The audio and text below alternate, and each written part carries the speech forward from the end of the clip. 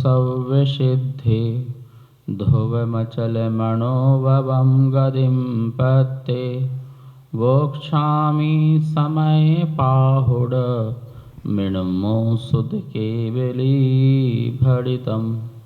नमो अरिहन्तारं नमो सिद्धारं नमो आयर्याणं नमो उवज्झायाणं नमो लोये सौवशाहुरम।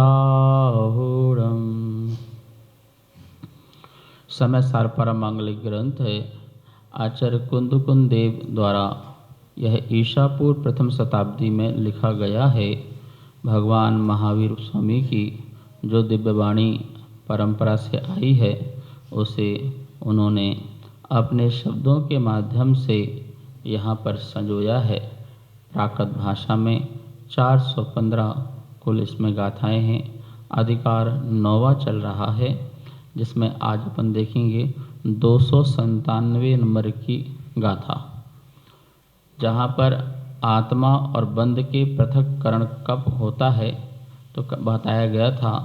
जब हम आत्मा को प्रज्ञा से ग्रहण करते हैं तो उस समय बंध का अभाव होता है।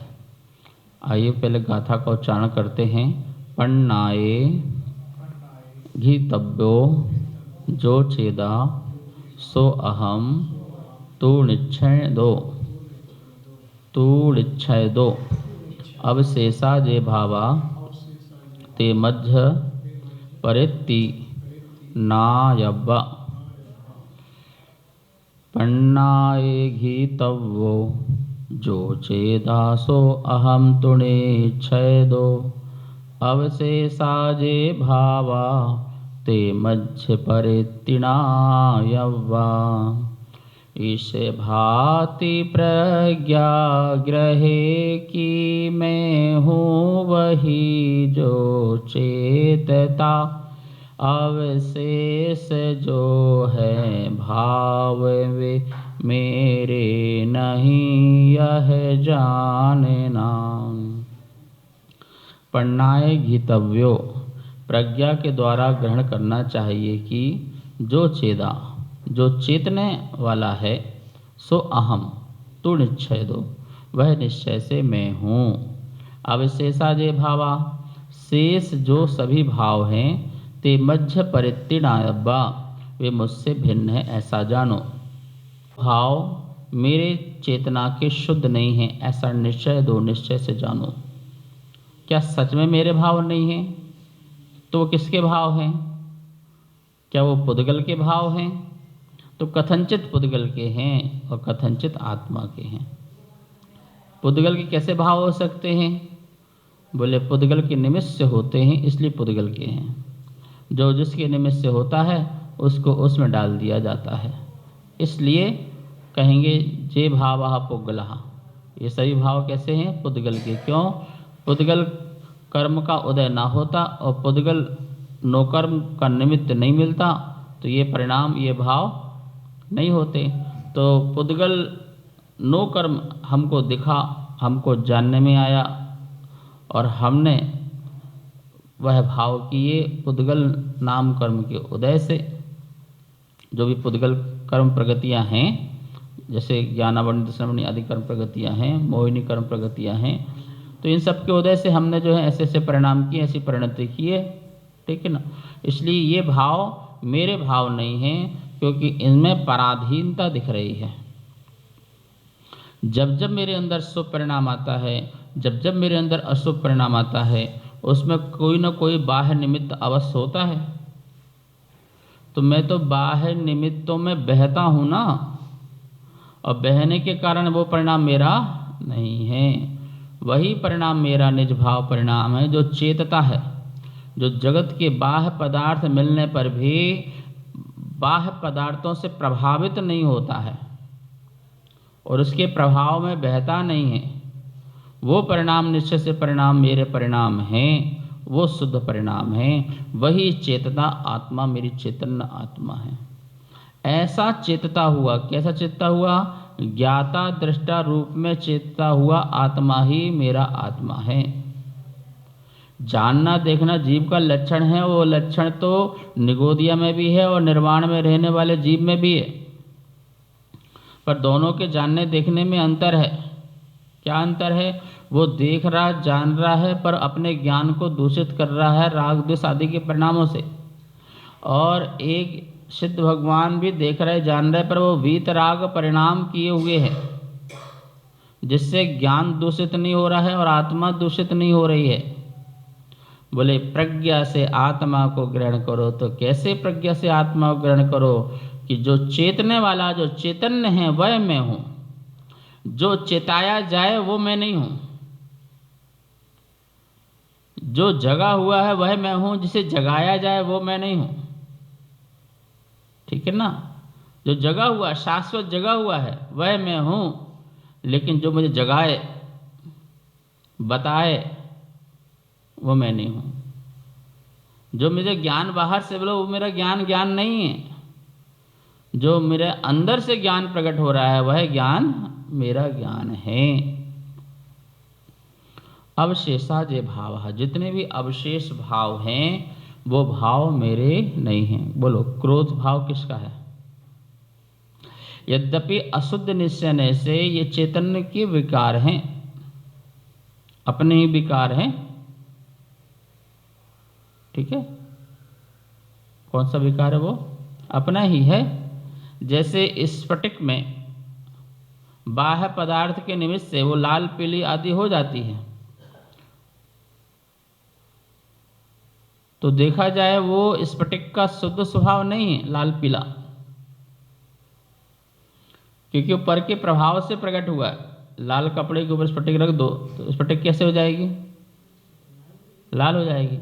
तो क्या लाल स्फटिक का शुद्ध स्वरूप है? क्या शुद्ध स्वभाव है क्या? बोले नहीं है। बोले क्यों? क्योंकि वो लाल रंग के, लाल वर्ण के निमित्त से लाल हुई है, लालिमा युक्त हुई है। तो इसका मतलब वो लालिमा किसकी है? स्फटिक की है कि लाल कपड़े की है? बोलो। नहीं, यही तो बात है, वो लाल कपड़े की नहीं है। वो लालिमा तो स्फटिक की है। उस समय स्फटिक उस रूप परिणमन हुआ। लोहा रख दो वो लाल रंग होके दिखाए, वो लोहे में योग्यता नहीं है ना उस रूप होने की, लेकिन स्फटिक में उस रूप होने की योग्यता है, इसलिए लाल रंग के निमित्त से वो लाल रंग हो गई, लालिमा युक्त हो गई। जैसे अग्नि के निमित्त से पानी गर्म हुआ तो पानी में अग्नि गई कि पानी गर्म हुआ? तो अग्नि हटा दो तब भी पानी गर्म है, तो पानी ही गर्म रूप में परिणत हुआ। ये पानी का गर्म रूप होना ये उसका विभाव हुआ। क्या हो गया? विभाव। ऐसे ही लाल वस्त्र से या लाल रंग से स्फटिक भी लाल हुई है, तो ये स्फटिक की ही विभाव परिणति है, स्वभाव परिणति नहीं है। जैसे मैं क्रोध नाम कर्म के उदय से क्रोधी हुआ, मान कर्म के उदय से मैं मानी हुआ, माया कर्म के उदय से मैं मायावी हुआ, लोभ कर्म के उदय से मैं लोभी हुआ। तो बताओ, मैं लोभ क्रोध मान माया आदि रूप हुआ तो वो परिणति मेरी है ना? हाँ है, मेरी परिणति है, पर किसके निमित्त से हुआ? कर्मों के निमित्त से। ऐसी तो हम भी कह रहे कि स्फटिक भी लाल कैसे हुई, पीली कैसे हुई? बाह्य पदार्थ के निमित्त से। तो पुद्गल कर्म भी बाह्य निमित्त है कि नहीं है मेरे? ठीक है, तो वो भी बाह्य निमित्त होने के कारण मैं उससे परिणत हुआ हूं। तो पुद्गल क्रोध नहीं बन गया और ना ही मैं पुद्गल बन गया, तो वो मेरा विभाव रहा, मेरे में ऐसी योग्यता पाई गई, इसलिए मैं ऐसा हो पाया। ठीक है, लेकिन भाई यहाँ कह रहे हैं प्रज्ञा रूपी छेनी से समझो, वो पुद्गल के निमित्त से होने वाला जो परिणाम है वो शाश्वत नहीं है ना। क्योंकि लाल वस्त्र गया और स्फटिक शुद्ध, कर्म गया और आत्मा शुद्ध, तो शाश्वत नहीं है ना। तो भैया ये वस्त्र को अलग करेगा कौन? तो ये कर्मों को अलग करेगा कौन? हम ही करेंगे ना। तो बोले कैसे करोगे? प्रज्ञा रूपी छेनी से। क्या करो? पहले तो प्रज्ञा ज्ञान से ये जानो ये स्फटिक है, ऐसा श्रद्धान करो। ये इसका स्वभाव लाल नहीं है, ऐसा ज्ञान करो। और उठा के एक तरफ रख दो तो सफेद हो गई, उसका अनुभव करो। क्या? फिर से, यह स्फटिक ही है, कांच नहीं है, ऐसा अटल श्रद्धान करो। सम्यक दर्शन हो गया। और यह रंग इसका नहीं है, प्रज्ञा रूपी छेनी से उसको भिन्न करो कि यह रंग उसका नहीं है, यह तो वस्त्र का ही रंग है, इसका नहीं है। ये लाल दिखते हुए लाल नहीं है, ये तो श्वेत है। ऐसा ज्ञान से लाल रंग को स्फटिक से भिन्न करो। किससे करो? प्रज्ञा रूपी छेनी से। तो अब क्या करें? बोले प्रज्ञा रूपी छेनी से ही स्फटिक की जो श्वेतपना है उसको ग्रहण करो।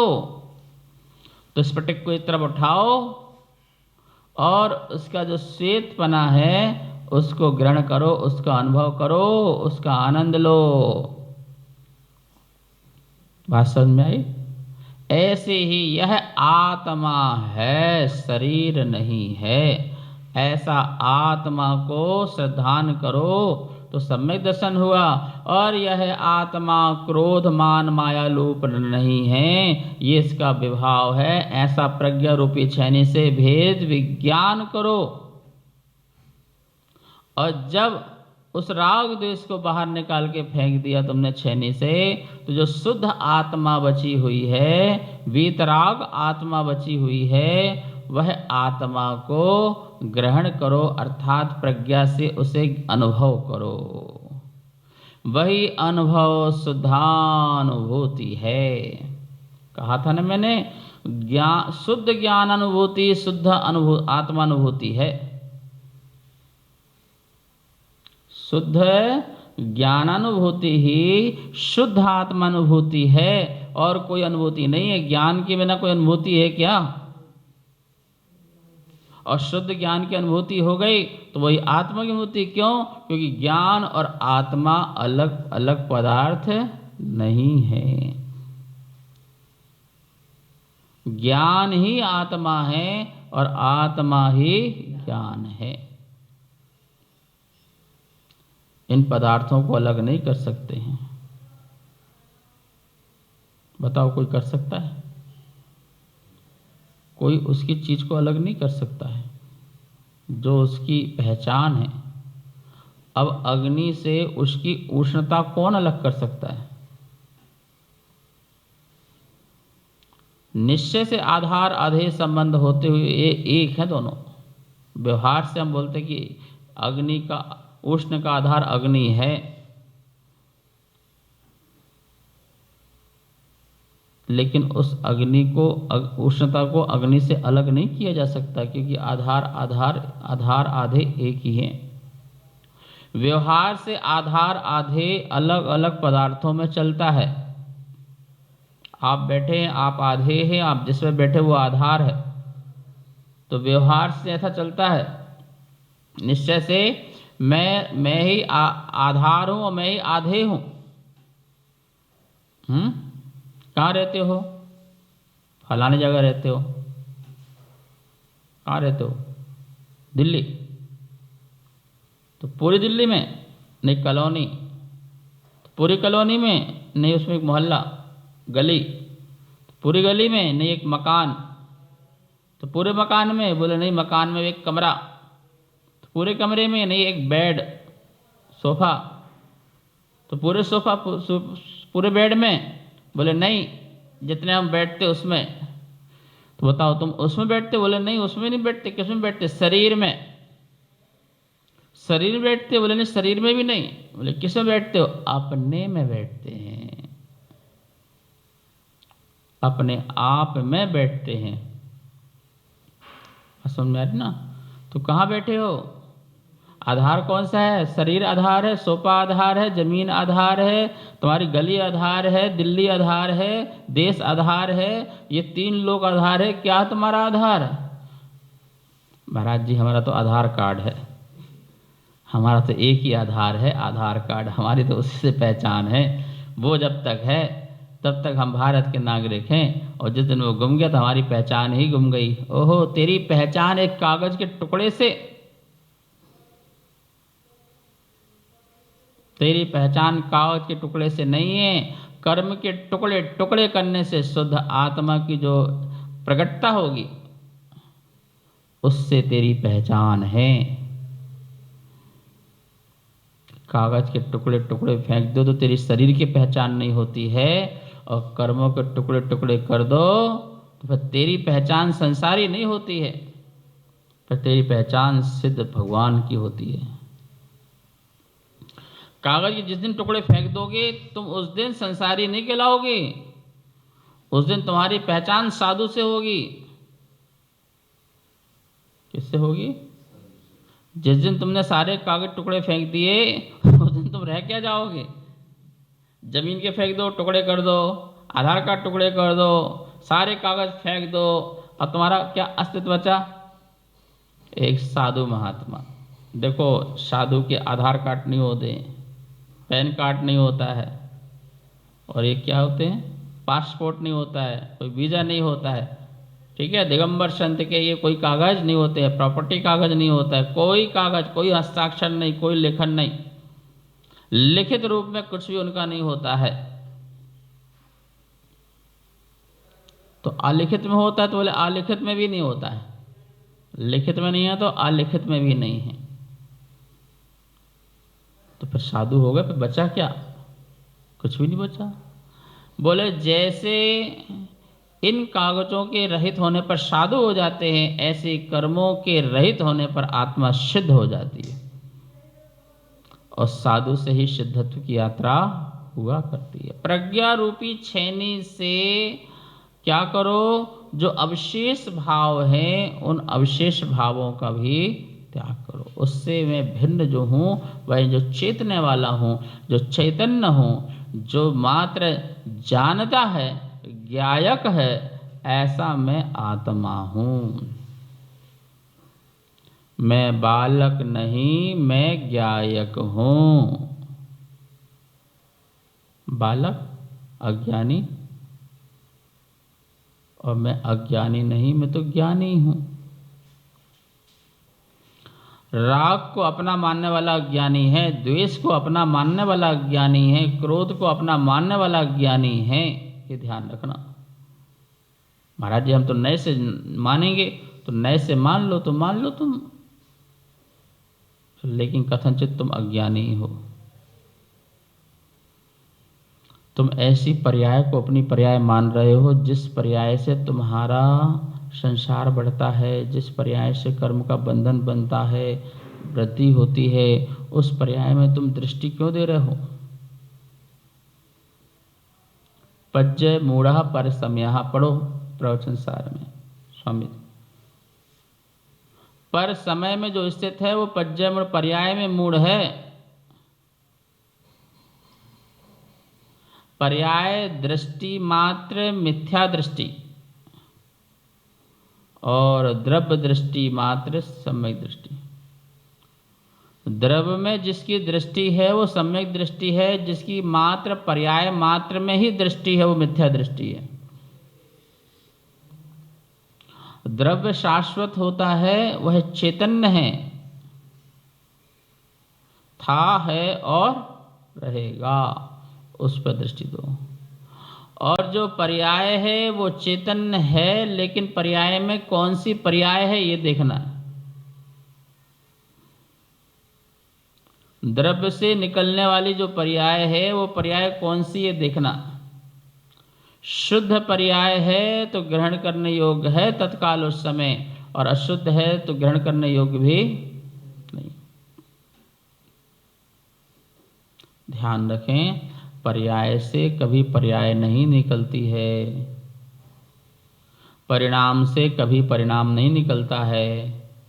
परीक्षा के फल से दोबारा परीक्षा का फल नहीं निकलता है। दोबारा पेपर दोगे, दोबारा रिजल्ट आएगा। ऐसे ही नया परिणाम करोगे, फिर नया फल मिलेगा। द्रव्य त्रकालिक शुद्ध है इस कारण क्योंकि वह द्रव्य दूसरे द्रव्य रूप नहीं हो सकता, इसलिए त्रकालिक शुद्ध है। वर्तमान में वह कर्म से सहित होने के कारण उसका द्रव्य भी कैसा है, अशुद्ध है, इसलिए पर्याय भी कैसी निकल रही हैं, अशुद्ध निकल रही हैं।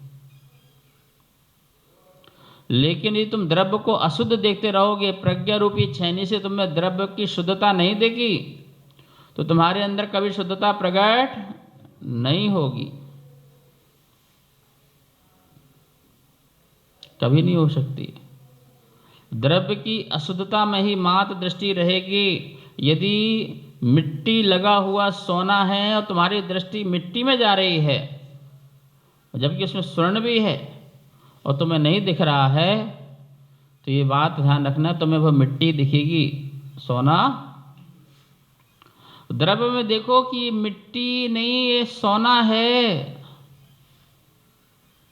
और फिर अच्छे कार्य करो, मेहनत करो और उसको मिट्टी को अलग करके उससे स्वर्ण निकाल लो, शुद्ध सोना जो है उससे बाहर कर लो, पर्याय को शुद्ध करो। हाँ भैया, तो जो क्रोध की पर्याय है वो तुम्हारी पर्याय है, जो मान की पर्याय है तुम्हारी पर्याय है। स्यादवाद तो कहता है कि हाँ कथनचित मेरी पर्याय है। आचार्य नेमिचंद स्वामी ने इस पर्याय को अशुद्ध निश्चय से ग्रहण किया है। निश्चय से मेरी है, पर मेरी होते हुए भी शुद्ध नहीं है, क्योंकि क्रोध का विभाव मेरी आत्मा का विभाव है, पुद्गल का विभाव नहीं है निश्चय से, इसलिए वह है मेरा पर अशुद्ध है बेटा मेरा पर खराब है, बेकार है, साथ बैठाने लायक नहीं है, दुनिया के सामने अपना कहलाने के लायक नहीं है। मैं छाती चौड़ी करके कह सकूं कि ये मेरा बेटा है, ऐसा मैं कह नहीं सकता। किसका बेटा है? तो मैं सर्वसार हो जाता हूँ, सिर झुका लेता हूँ, मुंह से शब्द निकलते निशब्द हो जाता हूँ कि बेटा मेरा है। किसका बेटा है ये? तुम्हारा नहीं है? नहीं है तो मेरा, पर मैं दिल से इसको अपना मानती नहीं हूँ, श्रद्धा में से अपना मानती नहीं हूँ। क्यों? क्योंकि ये इस योग्य नहीं है। तो क्या करोगे? मैं सोच रही हूँ इसको बेदखल कर दूँ। बेदखल? हाँ, घर से, परिवार से, जायदाद से, पैसे से, सबसे क्या कर दूँ? अलग कर दूँ। ठीक है, तुमने अखबार में निकाल दिया, इसका हमारा कोई लेना देना नहीं है। अच्छा ठीक है, आपने सबसे निकाल दिया, सच बताओ दिल से निकाला? सामने से जा रहा होगा तो देखो बेटा तो मेरा है, पर क्या हालत बना रखी है। बेदखल करने के बाद भी माँ को उसकी याद आ रही है, कहाँ होगा, क्या कर रहा होगा, कैसे रह रहा होगा, कैसे जीवन जी रहा होगा, आखिर है तो मेरा ही। कितने बच्चे बिगड़ गए आज के समय में। बच्चे घर में ड्रग्स ले रहे हैं, जुआ खेल रहे हैं, पैसे वाले गेम खेल रहे हैं, इतने बिगड़ गए, माता पिता उसकी पूर्ति कर रहे हैं और दुनिया के सामने कह भी रहे हैं कि मेरा बेटा बहुत बिगड़ेल है, बिगड़ गया है, फिर भी पूर्ति कर रहे हैं उसकी, साधनों की लगाओ। मैंने कहा तो छोड़ दो, घर से बाहर कर दो। ऐसा प्रसंग आया मेरे पास। बोले नहीं महाराज, है तो अपना ही बेटा ना, क्या करें, बिगड़ गया संगति से तो क्या कर सकते। ऐसे ही ये चेतना बिगड़ गई राग द्वेष मोह से, कर्मों की संगति से, शरीर की संगति से, दुनियादारी की संगति से, इसने क्रोध मान माया लोभ कर दिया। ये तेरा बेटा है, लेकिन तेरा बेटा होने के बाद तेरा बेटा कहने लायक नहीं है। तेरा बेटा तो वो दूसरा जो शुद्ध है ना, बिल्कुल ऐसे ही ये मेरा क्रोध मान माया लोभ मेरा होते हुए भी मेरा नहीं है, इस बात का ध्यान, इसे बेदखल करो और फिर उसका त्याग भी करो। और ऐसी कोशिश करो कि ये अगले जन्म में कभी मिले ना, कभी ना मिले, शुद्ध हो जाऊं, शुद्धात अनुभूति की करूं मैं। समझ में आया? तो प्रज्ञा रूपी छेनी से क्या करो, लिखा ना, अविशेषा जे भावा ते मध्य परत्यनादब्बा। अविशेष जो सभी भाव हैं वे मुझसे भिन्न है ऐसा जानो, क्योंकि मैं तो निश्चय से जो चेतता हूं वो मैं हूं। सुनो, एक जगह बात आएगी, ना मैं शुद्ध हूं ना अशुद्ध हूं। शुद्ध भी नहीं हूं अशुद्ध भी नहीं हूं, मात्र चेतन हूं, बस ये आएगा। मैं कहूं मैं शुद्ध हूं तो ये भी विकार है, और मैं कहूं अशुद्ध हूं तो ये भी विकार है। बोले भेद ही नहीं है, शुद्ध अशुद्ध का द्रव्य में भेद ही नहीं है, द्रव्य तो मात्र द्रव्य है। गंदगी के कारण अशुद्ध थी, गंदी निकल गई शुद्ध हो गया। ऐसा हमने किससे कहा? पानी में मिट्टी डाला तो मिट्टी के कारण पानी गंदा हो गया, और मिट्टी निकाली तो पानी शुद्ध हो गया। जल तो जल है, इस बात को ध्यान रखना, हमारी दृष्टि जल में जाए, जल के जो मिट्टी हटाना मिट्टी आना इससे शुद्ध अशुद्ध हो रहा है उसमें बिल्कुल भी ना जाए। ऐसी आत्मा कर्म आए कर्म हटे, इसमें न जाकर के अपनी चेतना में ध्यान लगाना, चेतना के केंद्र बिंदु में रहना, बस वो शुद्ध आत्मा प्रज्ञा छनि से प्रकट करो, उसे ग्रहण करो, शेष विषय कर। जा वाणी के ज्ञान से सूझे लोकालोक, शो वाणी मस्त धर्म सदा देत हो धो। हे जनवाणी भारती तो हे जपो दिन रे, जो तेरी शरणा धरे सो पावे सुख चैन। बहुत बहुत आशा।